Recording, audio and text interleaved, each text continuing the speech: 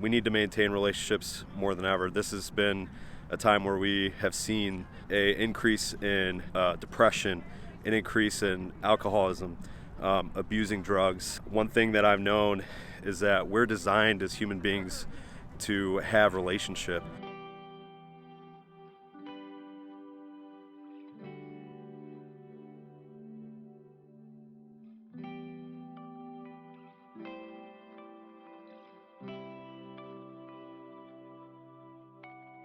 Thank goodness for Facebook.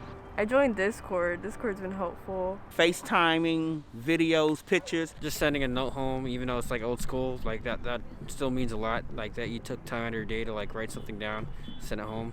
Like mailing a letter? Yeah, mailing a letter or like just like sending mail. You can keep in contact that way too. It doesn't have to be like just words. You can do anything. I do a lot of FaceTiming because we can't see them the way we want to, so it's easier to FaceTime and see them, even though they're not there physically. So what I usually do is I get on Zoom, and being a college student, I have unlimited access to Zoom, so I just talk to my friends, stay in contact with family. I have relatives in other cities, but the immediate ones are here. I have cousins in other cities and states. And are you able to stay in contact with them? Or? Yeah, all the time. Yeah, we talk at least once, twice a week. I really like phone calls. Sometimes just hearing someone's voice really means a lot.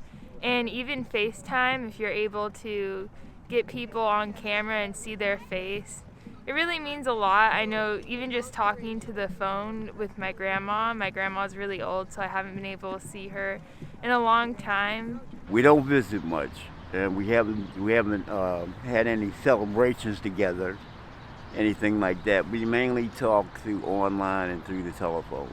We have to be careful about our younger members of our family because they go out more than we do. We're senior citizens, so we're kind of particular about them coming around during this COVID season, and they understand that. I would say find a way to keep traditions alive and keep things going that are important to you, even though they might look different.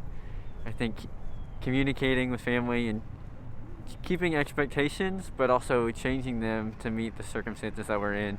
I think some of the best things to do in staying in contact with loved ones is to have little games and events through Zoom.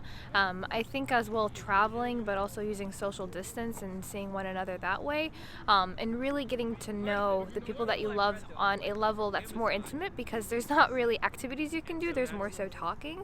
So I think a lot of things that relate to loving someone is also understanding them more, and I think COVID has done a great job in making us understand the people we care about and at what lengths we'd go to see them and talk to them and be there for them. Yeah, I think something important is just to be really intentional with your time and like who you're contacting, and being aware of just like yourself and how you're doing, and if you need friends, like reaching out to friends or family, and it's not trying not to be lonely. And I think a good way to do that is setting like a time, so maybe saying like Monday mornings at 11:30 I'm going to text this person, and checking on them and see how they're doing. And I think taking action steps to meeting the goal instead of just saying you're going to have this goal is really important. Every day, Monday, Tuesday, Wednesday, Fridays, and Saturdays, me and my sister, we walk 5 miles each day. Take 1 hour in a day just to stay in touch, and that's like a good way to keep good mental health, I guess. In terms of staying in touch, just make sure your loved ones are safe, make sure that they are mentally prepared for a pandemic like this, because no one is really prepared. So you have to make sure that they are okay and they are up to par with their mentality and stuff, because it's very hard, it's very hard because it's something new and we have never experienced this before. It's been hard to be together in person, or even when I text them, it takes a while to respond back or anything, so going. I know it's hard, but different ways of contact is still important in your life, just because you're young, and don't let this pandemic be the death of your life, and just continue to live your life and keep close to your loved ones. Staying in touch with our loved ones is probably one of the most important things that we can do. Number one, with all the technology, it does a pretty good job at isolating us already. But with the pandemic, it's been compartmentalizing us and keeping us from that innate connection that we really need as humans. We need to connect with each other more than ever, I think. And I think technology is a great way to do it. but nothing beats being in person. The pandemic is real treacherous. You know, it's a deadly disease, but God is good because God make everything possible in my life.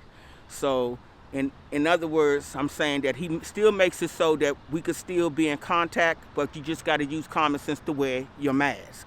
Well, just stay at a distance. We live in a modern day, so you can use technology. That's what we usually do, is FaceTime or see each other from, like, I guess, the window. Stay positive, talk to your loved ones, stay connected.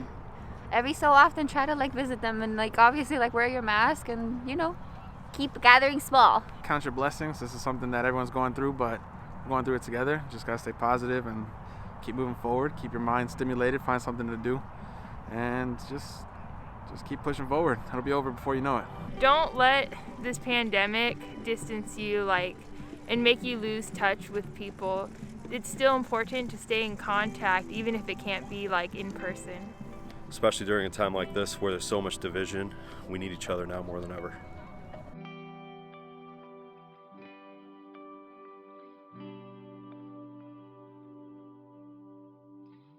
Thanks so much for watching. Don't forget to subscribe to this channel if you haven't already, and I'll see you in the next video. Take care.